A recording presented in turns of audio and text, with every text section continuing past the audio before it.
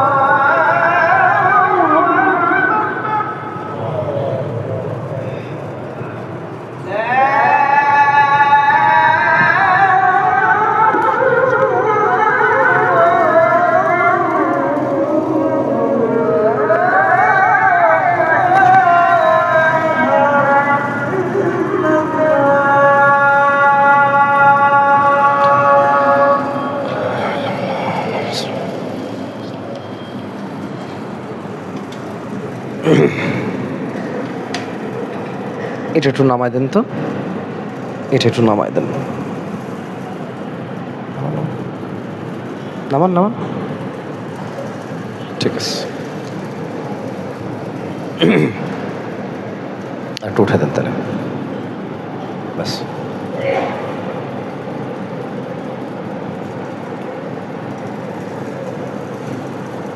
ঠিক আছে।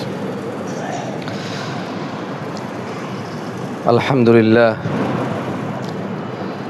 إن الحمد لله نحمده ونستعينه ونستهديه ونعوذ بالله من شرور أنفسنا ومن سيئات أعمالنا، من يهده الله فلا مضل له ومن يضلل فلا هادي له، وأشهد أن لا إله إلا الله وحده لا شريك له، وأشهد أن محمدا عبده ورسوله. أما بعد، فإن أحسن الحديث كتاب الله، وخير الهدي هدي محمد صلى الله عليه وسلم، وشر الأمور محدثاتها، وكل محدثة بدعة، وكل بدعة ضلالة، وكل ضلالة في النار. فيا عباد الله، প্রশংসা আল্লাহ তাআলার,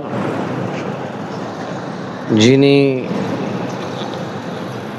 এক বিন্দু তুচ্ছ পানি থেকে আমাদের সৃষ্টি করেছেন সুন্দরতম অবয়বে নর এবং নারী হিসেবে। আলহামদুলিল্লাহ। অসংখ্য দুরূদ ও সালাম নাজিল হন মুস্তাফা সাল্লাল্লাহু আলাইহি ওয়াসাল্লামের উপর, যার পরে এই পৃথিবীতে আর কোনো নবী রাসূল আগমন করবেন না। আল্লাহুম্মা সাল্লি আলাইহি, আল্লাহুম্মা বারিক আলাইহি। রমাদান প্রতি বছর আসে, আমাদের মধ্যে আমরা প্রতি বছর থাকব না। আমাদের মধ্যে অনেকেই এবছর নেই, যারা গত বছর ছিল। রমাদান যতদিন আসবে, পৃথিবীবাসীর মধ্যে যারা বসবাস করবে, যারা জুমায় আসবে খুতবা শুনতে রমাদানে, তারা সামান্য কয়েকটা স্পেসিফিক আয়াত এবং হাদিস এগুলোই শুনবে। এর মধ্যে যারা নিয়মিত খুতবা শুনে, তারা এগুলো তাদের কাছে পুরনো মনে হবে। আর যে হঠাৎ করে আসছে, নতুন করে আসছে, তার কাছে এটা নতুন মনে হবে। কিন্তু কথা এগুলো প্রায় 1450 বছর পুরনো। এই মসজিদে উপস্থিত থাকা প্রত্যেক 12-15 বছরের উপরের মানুষ তার বাসা থেকেই এই ইনফরমেশন পাওয়ার কথা ছিল, যদি তার পিতামাতা তার কল্যাণকামী হতো।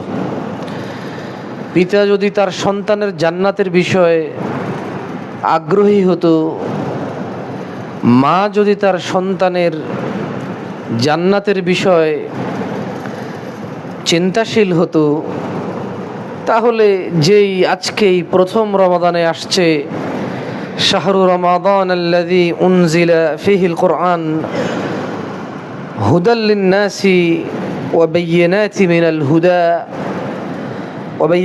মিনাল হুদা ওয়াল ফুরকান, তাহলে এই আয়াত সে আজকে এই জুমায় শুনলেই প্রথম হতো না। কারণ রোজা হয়তো সোমবারে শুরু হবে, রোজা হয়তো বৃহস্পতিবার শুরু হবে, রোজা হয়তো রবিবার শুরু হবে, রোজা হয়তো বুধবার শুরু হবে। তাহলে খুতবা যখন রোজায় আসবে, তখন না খতিব সাহেব এগুলো নিয়ে আলোচনা করে। তাহলে প্রথম থেকে তার প্রস্তুতি কিভাবে হবে?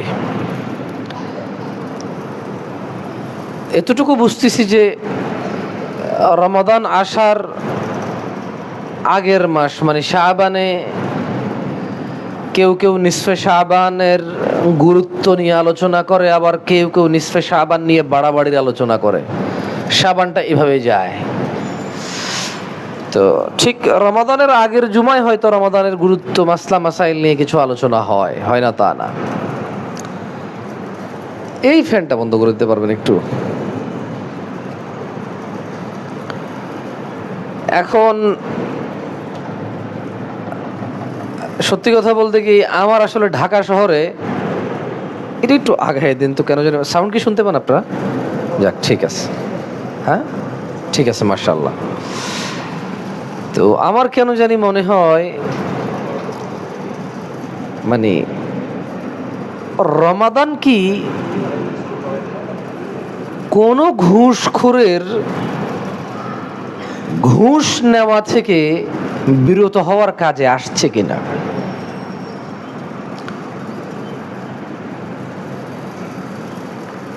এই একটা প্রশ্নের জবাব প্রত্যেক ওই ব্যক্তি যে ঘুষ খায়, একজনও কি পাশ করবে বাংলাদেশে?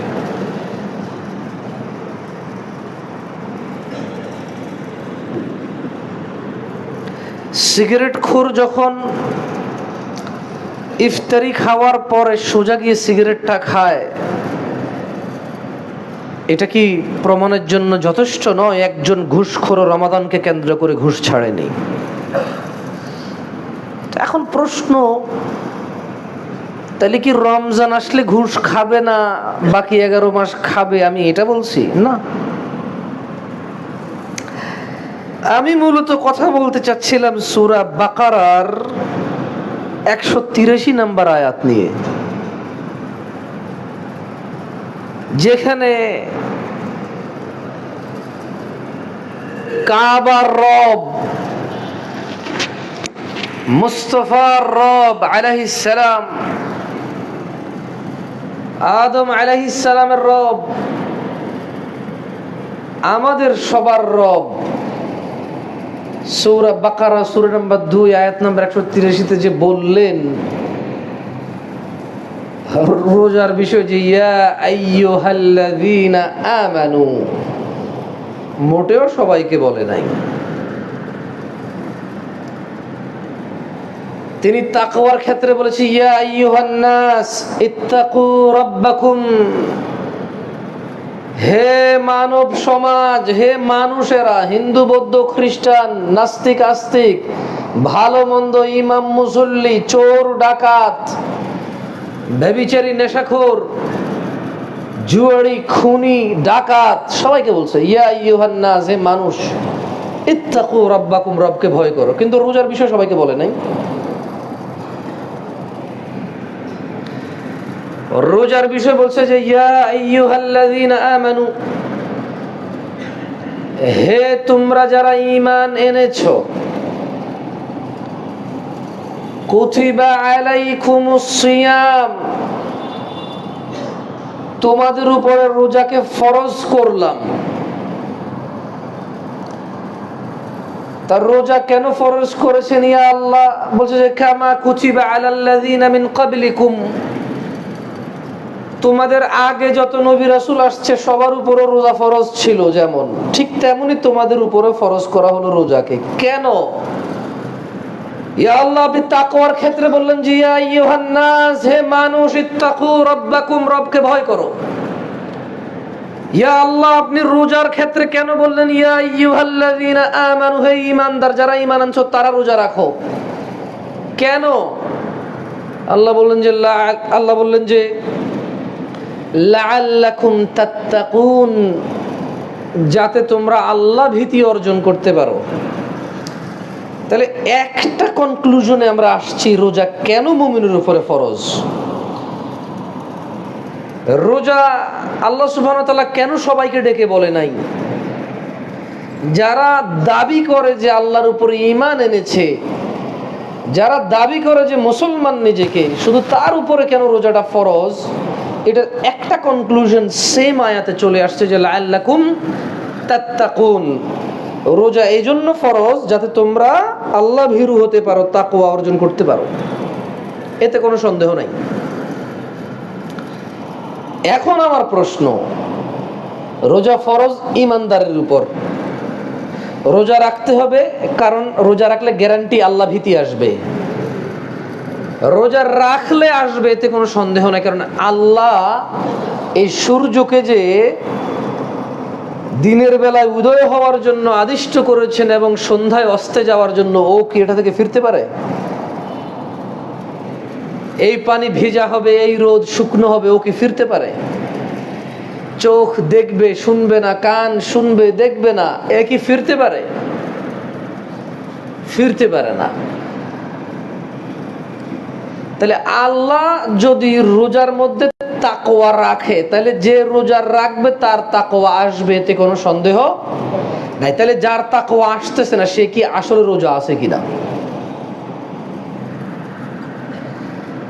নাও দিস ইজ মাই কোয়েশ্চেন। আমি জানি না কে কার রোজা কবুল হচ্ছে, আমি বলতে পারবো না যে সিগারেট খোর, গাঁজা খোর, ইয়াবা খোর, নেশা খোর, জেনা খোর, সুদ খোর, ঘুষ খোর, বাবা মায়ের সাথে অন্যায়কারী, বাটপার, চিটার, দুর্নীতিবাজ, জালেম, অত্যাচারী, মিথ্যাবাদী, কার রোজা কবুল হচ্ছে না হচ্ছে আমি জানি না, আমি বলতে পারবো না। It's not possible actually. আমার তো নিজেরই কবুল হচ্ছে কিনা এটাই আমি জানি না, তো মানুষেরটা কেমনে কমু? But I am asking you individual, আমি শুধু আপনাকে প্রশ্ন করতেছি, টু আস্ক ইউর ওন, নিজেকে একটু প্রশ্ন করেন দ্যাট রোজায় আল্লাহ বলছে যে তাকওয়া বৃদ্ধি পাবে। তাকওয়ার বাংলা অর্থ দুইটা হয়, সুন্দর অর্থ হচ্ছে আল্লাহ ভীতি এবং আল্লাহর প্রতি আস্থা, আল্লাহর প্রতি ভয় এবং ভালোবাসা। তাকওয়ার দুইটা অর্থ। শুধু আমরা আল্লাহকে ভয় করি না, আমরা আল্লাহকে ভালোবাসি। আমরা যে আল্লাহকে ভালোবাসি এর সাক্ষী আল্লাহ নিজেই দিচ্ছেন, এবং আল্লাহকে ভালোবাসা উচিত। এতে কোনো এই ওয়ার্ডে কোনো ত্রুটি নাই যে আল্লাহর প্রতি ভালোবাসা, এই ওয়ার্ডে কোনো কি নাই, ত্রুটি নাই। কারণ আল্লাহ বলছে কুল ইন কুনতুম তুহিব্বুন আল্লাহ, ও মুহাম্মদ বলুন এদেরকে তোমরা কি আল্লাহকে ভালোবাসো। দেখছেন আল্লাহই বলতেছে। তার মানে ভালোবাসা শব্দ আল্লাহর সাথে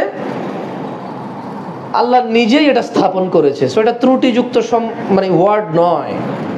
আবার প্রেম বলিয়েন না কেউ, আবার আশিক মাসিক এগুলো বলিয়েন না, এগুলো নিকৃষ্ট ওয়ার্ড, আল্লাহর সাথে যায় না এগুলা, আল্লাহর শানের সাথে যায় না এগুলা, কার সাথে যায় না? মর্যাদার সাথে যায় না। বাট আল্লাহর প্রতি আমাদের ভালোবাসা বা আমরা আল্লাহকে ভালোবাসি এই বিষয়ে এই শব্দগুলো ত্রুটিযুক্ত নয়। আল্লাহ কোরআনে নিজেই বলছে যে কুল, মুহাম্মদ সাল্লাল্লাহু আলাইহি ওয়াসাল্লাম বলেন, ইন কুনতুম, ও উম্মতরা, তোমরা তুহিব্বুন আল্লাহ, আল্লাহকে ভালোবাসো। এই শব্দটা ত্রুটিযুক্ত নয়। এরপর আল্লাহ নবী শিখিয়ে দিচ্ছে যে ফাত্তাবিউনি, তাহলে আমি মুহাম্মদকে অনুসরণ করো, ইউহিব্বুকুমুল্লাহ, আল্লাহ তোমাকে ভালোবাসবে। দেখছেন, আমরা আল্লাহকে ভালোবাসবো, আল্লাহ আমাদেরকে ভালোবাসবে। তো এখন আমি নিজের রোজা কবুল হচ্ছে কিনা, নিজের সিয়াম কবুল হচ্ছে কিনা আমি নিজে জানি না, আরেকজন একটা বলবো কিভাবে? কিন্তু আমি শুধু আপনাকে একটা কোয়েশ্চেন রেজ করাচ্ছি, আপনি নিজেকে একটু জিজ্ঞেস করেন না যে সূর্য আলো ছড়ায়, অন্ধকার দূর করে, রাত্রি অন্ধকার করে, আলোকে ঢেকে দেয়, পুরুষ আর মহিলা আল্লাহ যেটাতে যা রাখছে কেউ তার বেসিক চরিত্র পরিবর্তন করতে পারে না। আল্লাহ মানুষকে স্বাধীন করছে, সেই স্বাধীনতাকে মানুষ জান্নাতের জন্য কাজে লাগাবে নাকি জাহান্নামের দিকে ধাবিত হবে, এটা মানুষের নির্বাচনের স্বাধীনতা আল্লাহ দিছে। আল্লাহ রাইটস এন্ড রংস গুলো বলে দিছে। কিন্তু আমার অবুঝ মন, আমার উদ্বিগ্ন মনে একটি প্রশ্ন সরকারি চাকরিজীবীদের কাছে, আপনি যিনি ঘুষ নেওয়া শুরু করেছিলেন সেই কবে এটা বন্ধ করবেন আপনি? না, তোমার আইফোন, তুমি নিকৃষ্ট বাবার সন্তান, তোমার আইফোন আমাকে দেখায়ও না। খবরদার তোমার গাড়ির ফুটাঙ্গি আমার সামনে দেখাবা না। তুমি চোরের সন্তান, তোমার বাবা বাটপার দুর্নীতিবাজ, তোমার বাবার বেতন 25,000 টাকা, তুমি এখানে বড় কথা বলো? তোমার উৎস কি ইনকামের? কি করো তুমি? তোমার ভাই, তোমার বড় ভাইয়ের বয়স মাত্র এখন 16 বছর, তোমার বয়স 14 বছর, তোমার বাপ ইনকামকারী, আইফোন নিয়ে চালাও। তোমার বাপের কোন জমিদারি আছে? তোমার দাদা মানুষের ভিক্ষা করে তোমার বাপকে পড়াইছে, ইয়েতিমখানায় তোমার বাপ বড় হয়েছে, এখন ঘুষ খায় তুমি আইফোন দেখাও আমাকে? হ্যাঁ, কিছু হলে কল দাও, এইখানে করবা না, অন্য কোথাও। তুমি একটা চোরের সন্তান, সন্তান তুমি। তোমার সাফারার,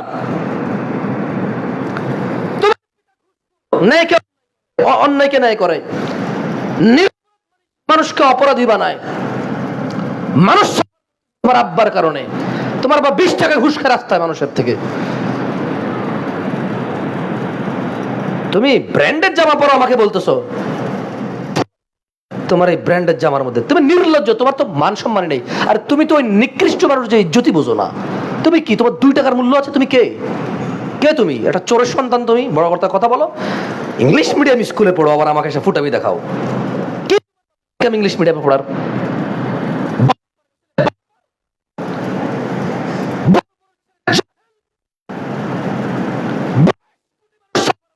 কারণে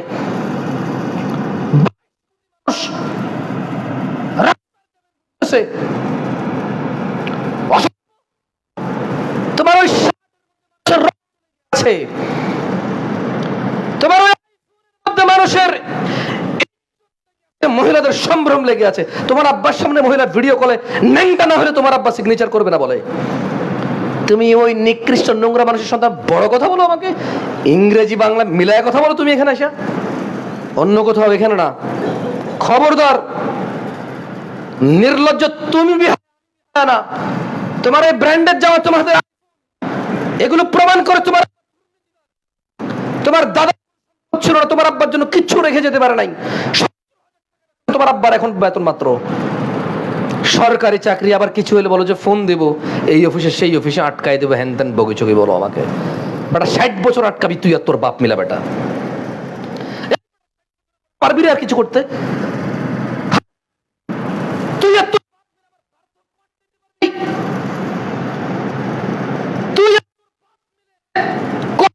অপারগ রাখবি? 40 বছর, 32 হয়ে গেছে, আর পারবি 16-17 বছর, এরপর আর এই পৃথিবীর কোনো প্রয়োজন নাই আমাকে, আমার সন্তানদের আর আমার প্রয়োজন থাকবে না। Somehow they will manage their self, কোনো না কোনোভাবে তারা তাদের নিজেদেরকে মেনটেন করবে। কি ভাই তুই কে রে, তুই কে? তো শরম করো না? আইফোন নিয়ে হাঁটোস, স্যামসাং মোবাইল নিয়ে হাঁটোস, বাইক চালাস R15, তোর আব্বা কি করে রে ভাই? তুই কো, তোর আব্বা কি করে ক? যা, আমি বললাম না। আচ্ছা সুন্দর করে বলতে হবে, এই তো জামশেদ ভাই সুন্দর করে বলতে হয়, ভাইয়া ভাই তুমি একটু বলো না তোমার আব্বা কি করে, বলো ভাইয়া তোমার আব্বা কি করে? R15 চালাও, জিক্সার চালাও, হ্যাঁ বিদেশ ট্যুরে যাবা, মালয়েশিয়া এবার ছুটিতে, তোর আব্বা কি করে রে? থাইল্যান্ড যায় ছবি দেশ ঘুরে, আর সুইমিং পুলে বৈশা কি করে রে তোর আব্বা? তোর দাদা কি রেখে গেছে রে তোর লাগিয়া? বেটা দুর্নীতিবাজ হলে হইছস, বেটা ঘুষখোর হলে হয়েছিস, তাহলে নির্লজ্জতা এখানে পৌঁছেছে। আবার হুজুর রম ব্যক্তি 3 লাখ টাকা দিছে, আস্তাগফিরুল্লাহ, এভাবে বলা উচিত না। ও তো অসুখ হলে চিকিৎসাই করতে পারবে না, 3 লাখ টাকা দিতে আসছে মসজিদে, আবার মারহাবা বলে। আমি কোনোদিন বলছি মারহাবা? দেখছেন আমার মুখে? কেন মারহাবা বলবো? ও কি করে যে 3 লাখ টাকা দিছে এখানে এসে? এত বড় চোর ঘুষখোররে মারহাবা বলবো, আবার মসজিদের সভাপতি বানাবো? এলাকার মানুষ এত নিকৃষ্ট কিভাবে হয়? মানে 2-4টা মানুষও কি ভালো হয় না? আবর্জনা হয় মানুষ। আরেকজনের বউ আরেকজনের সাথে ধরা পড়ছে, কয় বিয়ে পড়া দিব। আরে বেটা তুই আরেকজনের বউ কেমনে বিয়ে পড়াবি বেটা? বদমাশ, এটা নিয়ে বিচার তোর? তুই ধর্ম বুঝিস না? তোর বাসায় কোরআন নাই? আরেক বেটা বিদেশ আছে, ওই বেটার বউ ধরা পড়ছে একজন লোকে, কয় বিয়ে পড়া দে মাথা কামাই দে, এটা নিয়ে বিচার তোর? হ্যাঁ, তোর ঘরে বিয়ে পড়া দিবি, মাথা কামাই দিবি রে? আরেকজনের বউ বিয়ে দিয়ে দে। কত বর্বর সমাজ! একটা মানুষ নয় প্রতিবাদ করার, এটা আবার ভিডিও করে ইন্টারনেটে ছাড়ে, আবার বলে যে একবার ঠিক বিচার হয়েছে নাকি বিয়ে পড়াই দেবো। আরে বেটা, হেতে যা করার জন্য, এই জায়গায় জেনা করার জন্য উঠছো, তুই বিয়ে করা দিলে তো তার আকাঙ্ক্ষা আরো পূরণই করলি তুই। আর তুই আরেক বেটার বউ বিকে কেমনি বিয়ে দিবি রে? মানুষ মারা গেলে তো ইদ্যুৎ পালন করে 3 মাস 10 দিন, 4 মাস 10 দিন ইদ্যুৎ পালন করে। ওই জায়গায় আরেকজনের বউ কেমনে বিয়ে দিস তুই? ওই ইদ্যুৎ পালন করতে হবে, মানে তারপরে যে বিয়ে। আজকে ধরা পড়ছে, আজকে বিয়ে পড়াই দিছে। এত নিকৃষ্ট হয় নাকি সমাজ? একটা দেশের মানুষ এত আবর্জনা কিভাবে? এত আবর্জনা কিভাবে একটা দেশের মানুষ? বিয়ের রাতে বলে যে তুমি কি করছো আমাকে বলো, আমি কিছু বলবো না কাউকে, তোমাকে মাফ করে দেবো। বলে যে আমি 4 জনের লোক, একজন লোকের শুধু ছিলাম। বলে যে কয়বার ছিলা? মেয়ে বলে যে না, শুধু একবার, সত্যি বিশ্বাস করেন হেন তেন। এরপর আবার মানে মেয়ের মা মেয়েকে ছেড়ে দিছে একা একা, একলা যায় একলা আসে, একলা যায় একলা আসে, পোলাদের সাথে পড়ালেখা করে। এরপরে যে এই এদেশে প্রেম করে বিয়ের সাকসেস রেশিও কত রে? এই জাহেল ছেলে, আরেকজনের মেয়ের জীবন নষ্ট করিস। তুই বল না, তুই বল, 100 জন পোলা মাইয়া প্রেম করে কয়জনের বিয়ে হয়? তোরা যে জানা করিস, এই গর্ধব মেয়ে, এই মাথায় কি গোবর রে? মা জাহেল, বুঝলাম তোর জান্নাতের বিষয় খেয়াল রাখে না। 14-15 হয়েছে না, 16-17 হয়েছে না? কিভাবে তুই বিয়ের আগে আরেকটা ছেলের সাথে ঘুমাস? কিভাবে তুই যাস? কোন বুদ্ধি তোর? তোর কি বিবেচনা? তোর কুমারিত্ব কি বল? ফিরে আসে তোর, তুই কিভাবে কাছাকাছি যাস বিয়ের পূর্বে? অ্যাক্সেস দেশ তোকে ধরার, ছোঁয়ার। এই দেশের জানাবে বিচারকে প্রেম বলে। সাকসেস রেশিও কয়টা রে? প্রেম করে কয়টা বিয়ে হয়েছে? তাই তুই যে প্রেম করে জানাবে বিচারে লিপ্ত হস, স্বামীকে কি জবাব দিবি রে বোন আমার?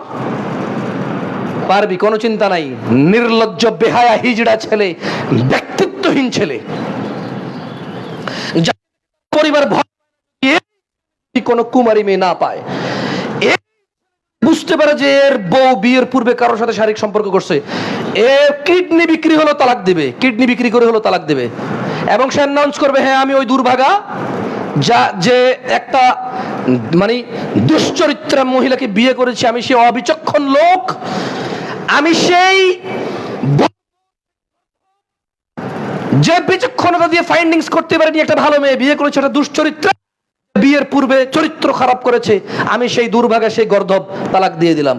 বলে যে আমার কি হবে, সমাজ কি হবে? তুই ছেলেরে বেটা, তুই পুরুষ, আমার কি হবে? ছি, মানে আমি দেখেন, আমি আগেও বলছি লাআল্লাকুম তাত্তাকুন,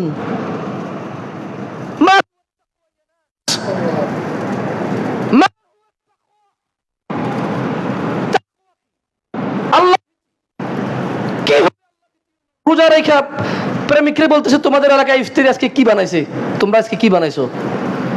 রোজা রেখা জেনার সম্পর্ক কন্টিনিউ করতেছে, তার জেনার পার্টনার কি বানাইছে ইফতারি সেটা খবর নিচ্ছে সে। তা কি তাকওয়া আসছে তার?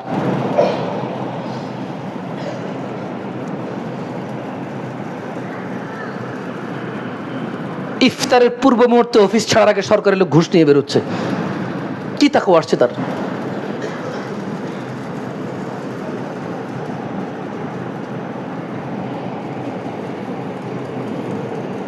আমি আগেই বলছি, আমি খুতবা টুতবা দেওয়া আমার জন্য ঠিক না। আমি লুতুপুতু কথা বলতে পারবো না এখানে বসে বসে, সবাই জান্নাতে পাঠা দিতে পারবো না এখান থেকে, আমার কাছে সে ক্ষমতা নাই। আমি নিজেই নিজেকে নিয়ে চিন্তিত, কারণ ভালো পরিবেশে না থাকলে মানুষ ভালো থাকতে পারে না। মানুষ ভালো পরিবেশে থাকলে ভালো থাকতে পারে কখন? যখন ভালো দাওয়াত দেয় আর মানুষ তা গ্রহণ করে। আমরা কেউ এখানে নবী রাসূল না যে হই আসবে, আমরা কেউ এখানে নবী রাসূল না যে আল্লাহকে অতটা ভয় পাইতে পারবো যতটা ভয় নবী রাসূলরা পাইছে। দিন দিন আমাদের কাছেও জিনিস সহজ হয়ে যাচ্ছে। যখন নতুন নতুন আসছি বাংলাদেশে, যত কিছু দেখলে গা ঘিন ঘিন করতো, যত কিছু যত অসহ্য লাগতো, এখন তা লাগে না। আমি আমাকে নিয়ে চিন্তিত। I'm worried about me. I'm not anymore worried about you. You are none of my concern anymore. আমি আর নিজেকে নিজে কনসার্ন করতে পারি না। সহজ মনে হয়, রাস্তাঘাটে অলিতে গলিতে রিক্সায়, বিয়ে, গায়ে হলুদ, ইভেন রমজানকে উপলক্ষ করে পর্যন্ত গান বাজনা বানায় মানুষ। সহজীকরণ এমন পর্যায়ে গিয়ে পৌঁছেছে।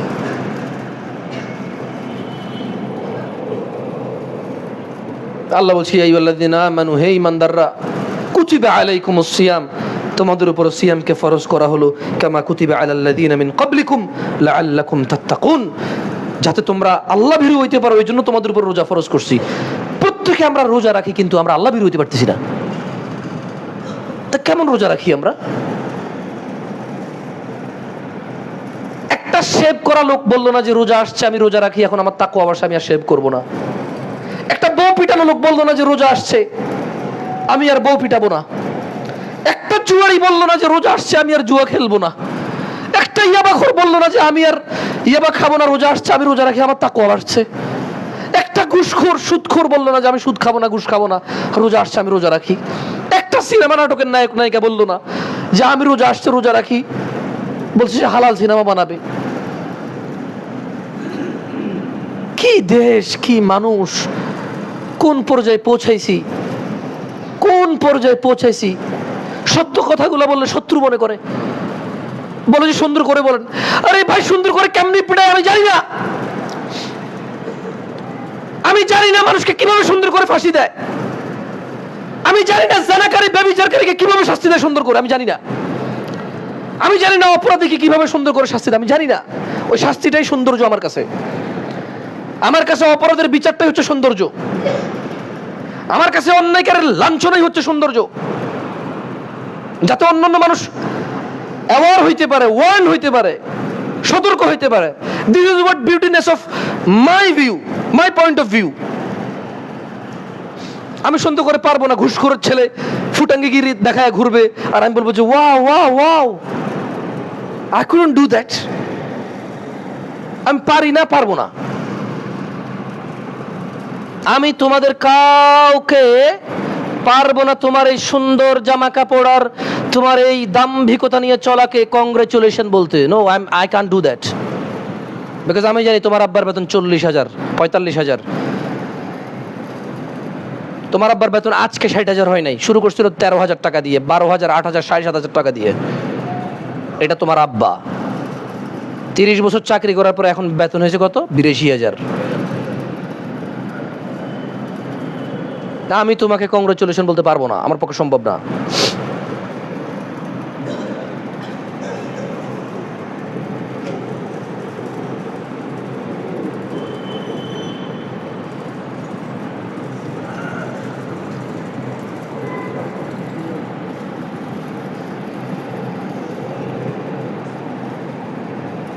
হবে ভালো।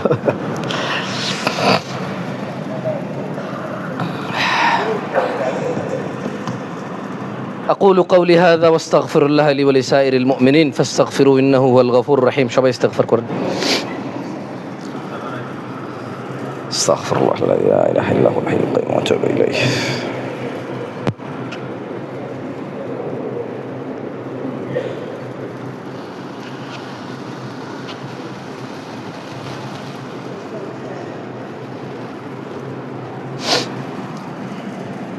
চলবে না?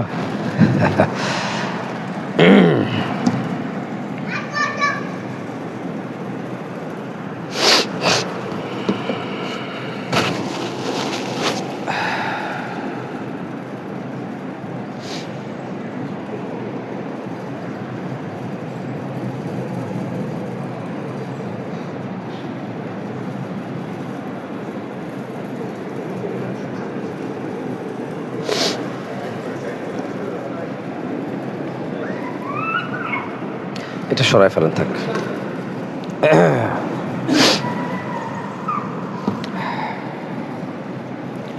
আলহামদুলিল্লাহ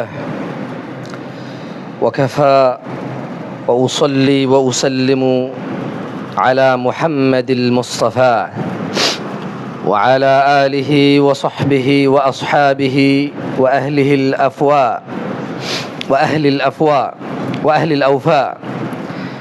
أشهد أن لا إله إلا الله وحده لا شريك له وأشهد أن محمدا عبده ورسوله أما بعد فيا أيها المسلمون أوصيكم ونفسي بالتقوى الله. يا أيها المسلمون أوصيكم ونفسي بتقوى الله العلي العظيم.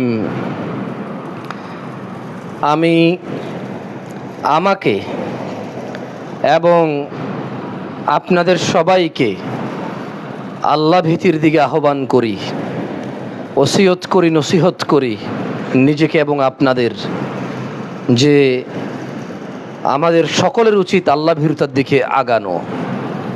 কি অর্জন করেছো তুমি? 30 বছর থেকে ঘুষ খাওয়াই লাগতেছে, এই ঘুষে তোমার অর্জন তো শূন্য।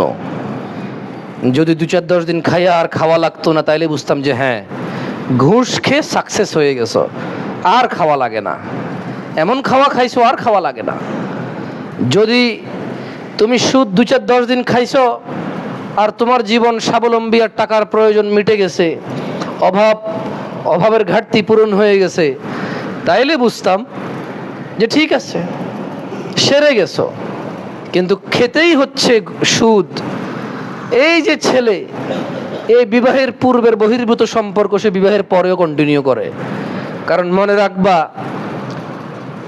ছোট ভাই, তোমার কাছে যদি মনে হয় যে বিয়ে করো নাই, বউ নাই, এই জন্য প্রেম করো, ভুল। এটা তোমার চরিত্র। বিয়ে করলেও তুমি করবা এটা। যদি তুমি বিয়ে করো নাই এই রিজনে প্রেম করো, তাহলে তুমি বিয়ে করার পরেও প্রেম করবা, এতে কোনো সন্দেহ নাই। নাহলে পরকীয়া কাকে বলে বলো? বাংলাদেশের মানুষ আমরা আজব। জিনা অবিবাহিত করলে বলি যে প্রেম, জিনা বিবাহিত করলে বলি যে পরকীয়া, বাট জিনা বলি না। অবিবাহিত লোকের জিনাকে আমরা বলি প্রেম, বিবাহিত লোকের জিনাকে আমরা বলি পরকীয়া। তারপর আমরা জিনা বলতে রাজি নাই। সুন্দর সুন্দর নাম নিয়ে আসছি আমরা। এই আগামীর প্রজন্ম পরকীয়াকে ঘৃণা করবে, জিনাকে না। পরকীয়া ঘৃণা করলে বুঝলাম, কিন্তু পরকীয়া করলে কি সমস্যা? বলবে যে ফ্যামিলি নষ্ট হয়ে যায়, ধ্বংস হয়ে যায়।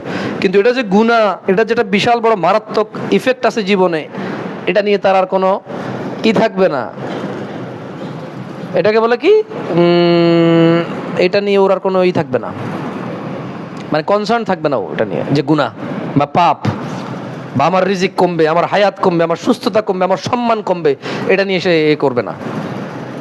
বলবে যে আরেকটা পরিবার নষ্ট করে দিছি, এইটা একটা মানে আফসোস থাকবে তার জীবনে। আল্লাহর বিধিবিধান, আল্লাহ সবগুলো অপরাধকে বলছে করিও না, খালি জিনাকে বলছে কাছেও যেও না। আমার মনে হয় নেশা অবস্থায় নামাজের কাছে যেতে না করছে আর জেনার কাছে যেতে না করছে।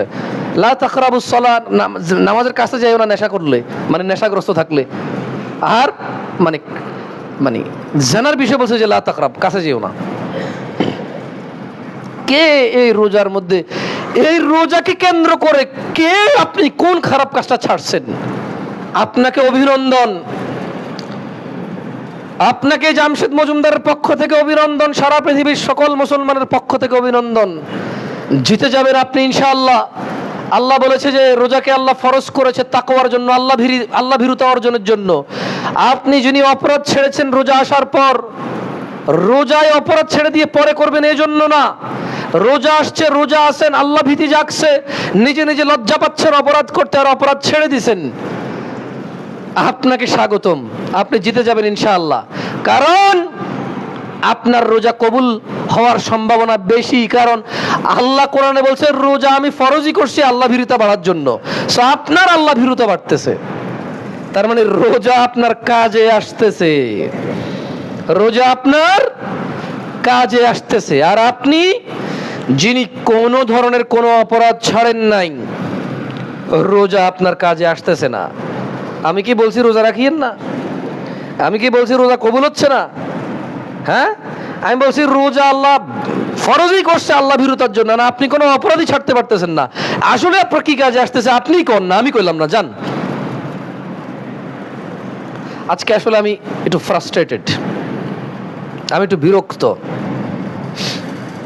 আমি বিরক্ত এই জন্যে, বাংলাদেশের গুটি সামান্য কিছু সরকারি চাকরিজীবীরা 22 কোটি মানুষের সাফারিং এর জন্য দায়ী। এই রাজনীতিবিদরা দায়ী সর্বোচ্চ 10%, 90% দায়ী হচ্ছে সরকারি চাকরিজীবী। এই মানুষের সাফারিং এর জন্য দায়ী হচ্ছে অথরাইজড পারসনরা, হচ্ছে কে? সরকারি চাকরিজীবীরা। অথরাইজড পারসন কিন্তু নেতা না, নেতার সিগনেচারে কিছু হয় না, সরকারি চাকরিজীবী সিগনেচারে যা হয় হয়।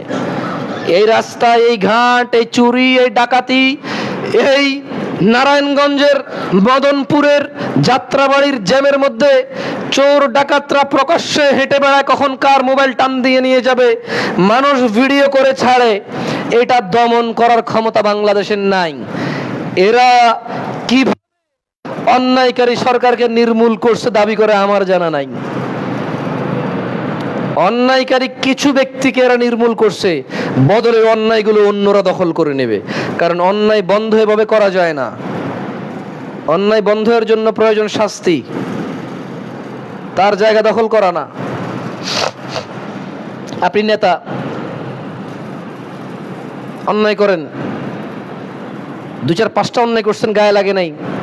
যখন বেশি বাড়াবাড়ি করছেন তখন আমার গায়ে লাগছে। তো যখন আমারে বাদ দিয়ে আপনি আরেকজনের নিয়ে আসবেন, এবার সে 2-4-5টা করলে গায়ে লাগবে না, বেশি করলে বলবো যে এবার কিন্তু বাড়াবাড়ি হচ্ছে। তো ওরে বসালে বলবো যে বেশি করলে বলবো যে এইবার কিন্তু বেশি হয়ে গেছে। So if you changing, keep changing, then সবাই নতুন নতুন অপরাধ হবে, কিন্তু অপরাধ একই রকম। এই থানার ওসি দুর্নীতিবাজ, চোর ডাকাতদের থেকে হাতাহাতি করে সেগুলো বন্ধ করতেছে না, তো এটা ট্রান্সফার করলেন, আরেকটা নিয়ে এলেন, ওইটাও দুর্নীতিবাজ। এবার দেখলেন যে না, লাভ হইতেছে না, এই ফাঁকে 30 বছর শেষ। একটার পর একটা চেঞ্জ, একটার পর একটা চেঞ্জ। কারণ আপনি যে দুর্নীতিবাজ ওসি ছিল, এসআই ছিল, আপনাকে ট্রান্সফার করছেন, ওকে আপনি শাস্তি দেন নাই। ওর চুরি চাক্ষুষ, ওর ইনভলভমেন্ট আপনি শাস্তি দেন না, ট্রান্সফার করছেন কোথায়? ওই বান্দরবন, খাগড়াছড়ি, যেখানে আর ঘুষ খাইতে পারবে না। আরে ভাই, তো যেটা খাইছে শাস্তি কোথায়? চাকরি রয়ে গেল, বেতন রয়ে গেল। ও তো ছোটবেলা থেকে চাকরি করে খাবে, এইভাবেই ও বড় হয়েছে। তো চাকরিটা তো রয়ে গেল ওর, ও দুর্নীতি করে, ঘুষ খেয়ে তোর সমস্যা হয় নাই, হয়েছে? ওরে বান্দরবন পাঠাবেন ঘুষ না খাওয়ার জন্য, ও জীবনে যা কামাইছে তা দিয়ে আইসা সোজা মতিঝিল বসে যাবে আরো বেশি খাওয়ার জন্য। কব যে 50 লাখ লাগুক, মতিঝিল আমু, পল্টনা আমু, বিজনেস কোথায় বেশি আছে ওই জায়গায় আমু কইব। কারণ আপনি ছোটটারে ট্রান্সফার করছেন আরেক জায়গায় শাস্তি না দিয়া, বড়টাও দুর্নীতি ঘুষখোর, ওইটা বড়টাকে বোঝে নেন স্যার, বলবো যে তুমি আমার মাথার উপরে এসে বসো। আল্লাহ আমাদেরকে বোঝার তৌফিক দান করুন। তুমি নিকৃষ্ট বাবার সন্তান, আবারও বলে যাচ্ছি, খুতবার আজকে লাস্ট কথা, তুমি একটা অসভ্য বর্বর মানুষের সন্তান। বড় গলায় চলবা না, গলা উঁচু করে চলবা না। হ্যাঁ, তুমি নির্লজ্জ, তাই চলো, তুমি শরম পাও, একটু শরম পাও। কেমন? তোমার এই একটু লুকাও, তোমার এই একটু লুকাও। এটা তোমার প্রতি ভাইয়ের অনুরোধ।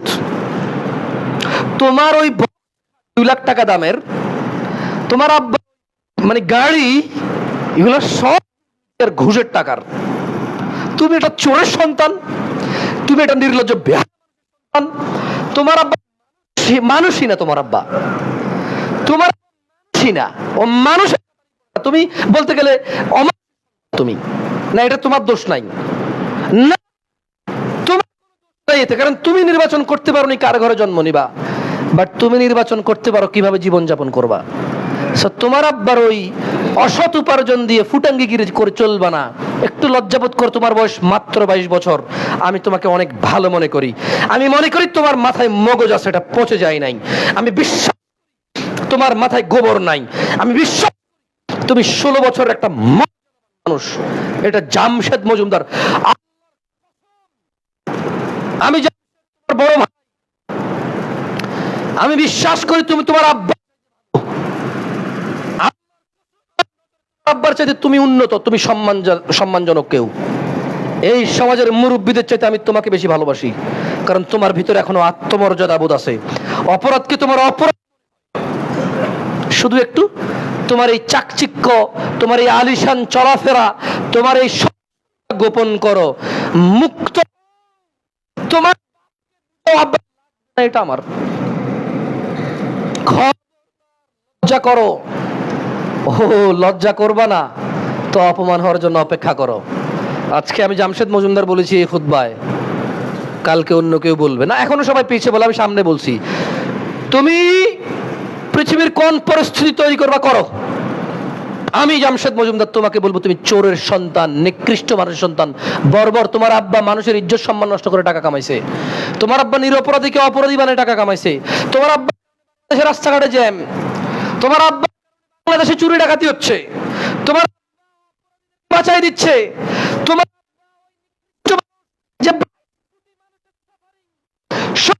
রাজি শুধু নিজের সুখ না, বিলাসিতা করতে রাজি। থাইল্যান্ড যায় ছবি তুলে পাঠাবা না, মালয়েশিয়া যায় ছবি তুলে, নতুন আইফোনের ছবি তুলে। তোমার বেতন কত টাকা কামায় এই চাকরি থেকে? শুধু সরকারি চাকরির লোকেরাই ঘুষ খায় আমরা মনে করি না। বেসরকারি কোম্পানির যারা প্রকিউরমেন্টে আছে, বেসরকারি কোম্পানির যারা মানে এফআইআরসে আছে, প্রত্যেক ব্যক্তি বিক্রি হয়ে আছে। ভুল কন্ট্রাক্ট, ভুল মানুষ থেকে নির্বাচন, নিজের কমিশন। সরকারি চাকরিজীবী যদি বাড়তি টাকা নেয় আমরা বলি ঘুষ, ঠিক না? বেসরকারি লোকজন কয় কমিশন। চা নাস্তার টাকা, ফকিন্নির পোলা তোর বাবা চা নাস্তার টাকা নাই, তুই আইফোন দেখে খরচ করে? এই মানুষের কাছে চা নাস্তার টাকা খুঁজে। আস্তাগফিরুল্লাহ, দুঃখিত, একজন খতিবের ভাষা এরকম হওয়া উচিত না, বাট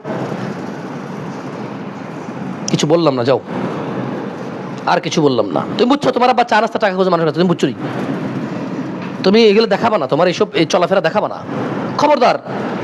কেউ কিছু বলে না, ওর শরীরে পানি পুজ রক্ত যাইতো, ও তো মানুষ না, ও এরকম মানুষ, আবর্জনা সমাজের, এই জন্য তোমার কিছু বলে না।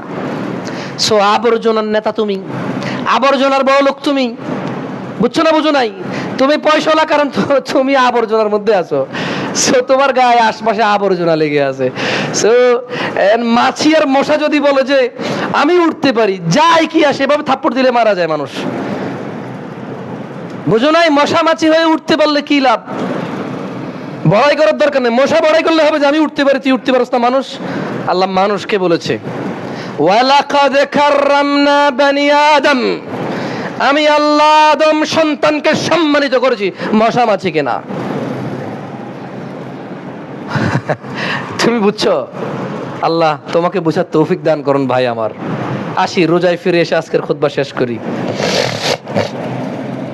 দেখুন, দুষ্টামি করেও তো আপনারা বলেন রোজায় আল্লাহ শয়তান বাইন্দা রাখছে। কোন শয়তান আপনারা এখন চালাচ্ছে বলতে পারেন? বিষয়টা এমন না তো যে আপনি নিজে একটা শয়তান। আজকের খুতবা এই পয়েন্টে শেষ করব। রমাদানে তো আল্লাহ শয়তানকে শৃঙ্খলাবদ্ধ করে। কি করে? কি করে? তাহলে আপনি কেন শয়তানি করতেছেন? ওয়াই? না, এর অ্যান্সার আছে। কুল আউযু বিরাব্বিন নাস সূরাটা পারেন কেউ? পারেন? জানেন কি বলছে আল্লাহ? কুল আউযু বিরাব্বিন নাস মালিকিন নাস ইলাহিন নাস মিন শাররিল ওয়াসওয়াসিল খান্নাস আল্লাযী ইউওয়াসওয়িসু ফি সুদুরিন নাস মিনাল, তারপরে মিনাল জিন্নাতি। তাহলে শয়তান কয় প্রকার? একটা হচ্ছে জিন শয়তান। শয়তান কিন্তু জিন না, জিনের মধ্যে শয়তান আছে। শয়তান মানে শয়তান, আপনারা মনে করছেন কি জিন আর শয়তান এক কথা? না না না, মানে মানুষ কিন্তু মহিলা পুরুষ কি এক কথা? মানুষ মহিলা পুরুষ কি এক কথা? ছোট আর বড় কি এক কথা? শিশু আর বুড়ো কি এক কথা? সবাই সবাই মানুষ, কিন্তু এরা নারী পুরুষ ভাগ আছে। শয়তান মানে কিন্তু জিন না। আপনি এরকম মনে করছেন? না, এই যে সূরা নাস পড়েন না আপনি, মিনাল জিন্নাতি। নাস মানে কি? মানুষ। তাহলে আমরা আল্লাহর কাছে কোন শয়তান থেকে আশ্রয় চাই? মিনাল জিন্নাতি ওয়ান নাস, জিন শয়তান থেকে আমরা আশ্রয় চাই। তাইলে জিন শয়তান তো এখন কি হয়ে গেছে? শয়তান এখন কি হয়েছে? মানে এখন এটা মানুষ শয়তান হোক আর জিন শয়তান হোক, শয়তান কি হয়েছে এখন? এখন ধরুন শয়তান নেই, তাহলে আপনি বান্দরামি করতেছেন কেন? আপনি এই শয়তানি করতেছেন কেন? কারণ আপনি নিজে শয়তান না তো। এখন তাহলে কি বান্দা রাখতে হবে আপনারাও কোথাও? দেশ ভালো হওয়ার জন্য, জনগণ ভালো হওয়ার জন্য, সমাজ ভালো হওয়ার জন্য, রাষ্ট্র ভালো হওয়ার জন্য, পরিবার ভালো হওয়ার জন্য, ব্যক্তি ভালো হওয়ার জন্য বেঁধে রাখা সম্ভব আপনাকে? বলেন। আপনার বাপ অমুক নেতার বন্ধু, আপনার বড় ভাই অমুক সরকারি চাকরির অমুক অফিসার, বলেন আপনার বেঁধে রাখা কি সম্ভব? কে বানবে? কোন আপনার বানবে কে? আল্লাহ তাআলা আমাদেরকে এই রমজানের তাকওয়া প্রাপ্তি হওয়ার তৌফিক দান করুন। অন্যায় অপরাধ থেকে ফিরে আসার তৌফিক দান করুন। আমাদের গুনাহ ভুল ত্রুটি তিনি ক্ষমা করে দিন, উনি গফুরুর রহিম। আল্লাহ সুবহানাহু ওয়া তাআলা আমাদের নিজেদের সংশোধন হওয়ার তৌফিক দান করুন। আল্লাহ সুবহানাহু ওয়া তাআলা আজকের খুতবার খতিবকে হিদায়াত দান করুন, হিদায়াতের পথে অবিচলিত করুন। আজকের খুতবার খতিবকে আল্লাহ তাআলা সংশোধন করুন। আজকের খুতবার খতিবের ভুল ত্রুটি আল্লাহ মাফ করুন। আজকের খুতবার খতিবকে এবং তার খুতবার মুসল্লিদেরকে আল্লাহ এই খুতবা থেকে উপকার গ্রহণ করার তৌফিক দান করুন। আজকের খুতবার খতিব এবং তার মুসল্লিদের আল্লাহ ক্ষমা করুন। আজকের এই মসজিদের খুতবার খতিব এবং তার মুসল্লিদের আল্লাহ তাআলা ক্ষমা করুন। আল্লাহ তাআলা এই খুতবার খতিব এবং তার মুসল্লিদের তিনি সুবহানাহু ওয়া তাআলা জীবন সংশোধন করে ওনার পথে জীবন অতিবাহিত করার তৌফিক দান করুন। আল্লাহ তাআলা আজকের খুতবার খতিব এবং তার মুসল্লিদের ইসলামকে সহজ করে দিন, অপরাধকে কঠিন করে দিন। আল্লাহ তাআলা হৃদয়ে আত্মমর্যাদাবোধ জাগ্রত করে দিন। আল্লাহ তাআলা আমাদের বক্ষ প্রশস্ত করে দিন। আল্লাহ তাআলা আমাদের পিতামাতা যারা পৃথিবীতে নেই তাদের ক্ষমা করে দিন। পিতামাতা যাদের পৃথিবীতে বেঁচে আছে তাদের সুস্থতা দান করুন, হিদায়াতের পথে অবিচল রাখুন এবং গুনাহ খাতা ত্রুটি মাফ করে দিন আল্লাহ সুবহানাহু ওয়া তাআলা। اللهم إن الله وملائكته يصلون على النبي يا أيها الذين آمنوا صلوا عليه وسلموا تسليما كثيرا اللهم صل على محمد وعلى آل محمد كما صليت على إبراهيم وعلى آل إبراهيم إنك حميد مجيد.